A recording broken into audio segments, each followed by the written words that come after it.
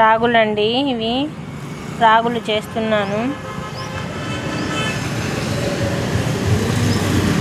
ఇక్కడ పెట్టాను చూడండి. రాగులన్నీ చేసేసి ఇవి ఎండలపై ఆరవేయాలండి. రాగులన్నీ చాటుతో చేశాను కదండి. ఇప్పుడు రాగులన్నీ వాటర్లో కడిగేస్తున్నాను.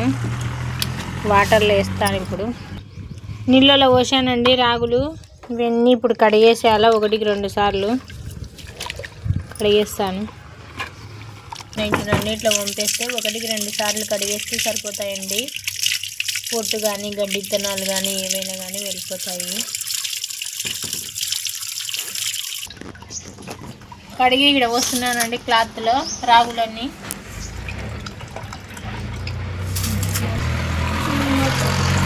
పూట కట్టి మొలకలు రానియాలండి. మొలకలు వచ్చిన తర్వాత ఎండపోయాల. రాగులండి నిన్న కడిగి క్లాత్లో పెట్టాం కదండి మొలకలు రావాలని. మొలకలు లైట్గా చిన్నగా వచ్చాయండి. వీటినల్లా ఆరబోస్తున్నామండి ఎండలో. ఇవన్నీ బాగా ఎండాలన్నమాట. రాగులు తడి ఉంటాయి కదా, ఇవన్నీ ఎండితే సరిపోతాయి.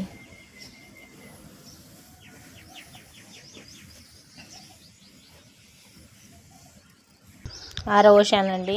రాగులన్నీ బాగా ఎండాయండి. ఇవన్నీ ఎత్తేసి ఇప్పుడు మిల్లుకి పట్టించేసేయాల. రాగులు బాగా ఎండాయి. నేను చెప్పాను కదండి, బకెట్లో వేసాను అనమాట. ఇది రాగి రొట్టెకి రాగి సంగటికి అనమాట. ఈ పిండి దీంట్లో పోసిన రాగులు రాగి జావకి అనమాట. రాగి జావకి మనం జీడిపప్పులు, బాదం పప్పులు, యాలకలు అట్లా వేస్తే బాగుంటాయండి. ఇప్పుడు జీడిపప్పు ముక్కలు చేసి వేసాను. ఇప్పుడు యాలకలు వేస్తున్నాను దీంట్లోనే. ఇంక ఇప్పుడు బాదం పప్పు, జీడిపప్పు అందుకే ఇంకా కొన్ని వేస్తాను. జీడిపప్పులు వేసానండి, యాలకలు వేసానండి. ఇంక ఇప్పుడు బాదం పప్పు ముక్కలు కట్ చేసి వేస్తున్నానండి. ఇంక ఇవన్నీ జావకనమాట. ఇవి పిండికి, రాగి రొట్టెకి, రాగి సంగటికి, అందుకు పిండికి ఇది జావ. ఇప్పుడు మిల్లు బట్టినికి తీసుకుపోతున్నామండి. ఇది మిల్లు కాడికి. ఇందాక రాగి సంగటి చేసాం కదండి. రాగి పిండితో రాగి రొట్టె, రాగి దోశ, రాగి ఇడ్లీలోకి అందుకు మిక్సింగ్ చేసుకొని వేసుకోవచ్చండి. రాగి పిండి హెల్తీ అనమాట. మనం ఆడించుకున్న రాగి పిండి కాబట్టి చాలా హెల్తీ అనమాట ఈ రాగి పిండి. మీరు కూడా ఈ విధంగా ట్రై చేయండి. జావ చేస్తున్నానండి. బెల్లం వేసాను. మేము చెరుకు బెల్లం అండి వాడేది. మనం ఆడించుకున్న రాగి పిండి అది. ఇది వాటర్లో డైల్యూట్ చేద్దాం.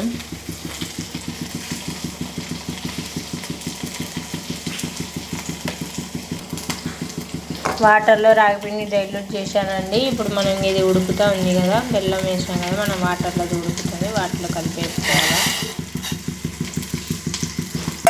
మనం సపరేట్ యాలకలు అందుకు వేయాల్సిన అవసరం లేదండి. మనం పిండిలోనే ఇవన్నీ వేసినాం కదా, సరిపోతాయి. బాగా ఉడుకుతుంది కదండి. దీంట్లో మనం పాలు మిక్స్ చేద్దాం. ఆఫ్ చేసేసి స్టవ్ కట్టేశానండి. ఇప్పుడు పాలు మిక్స్ చేస్తున్నాను.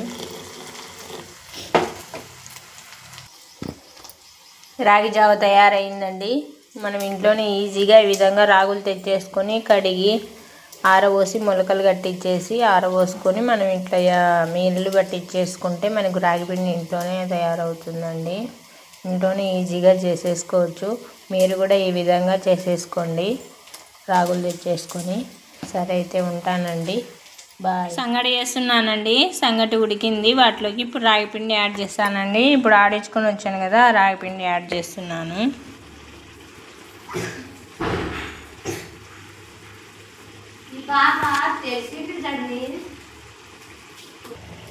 రాగి పిండి వేసానండి. కొద్దిసేపు క్యాప్ పెట్టేస్తే మనకు మగ్గుతుంది బాగా రాగి పిండి అనేది.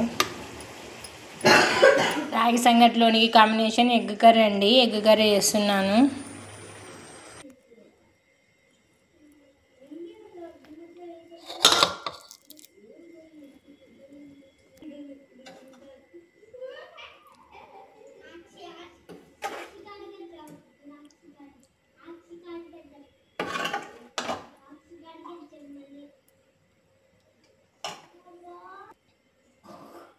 చేసేసానండి రాగి సంగటి.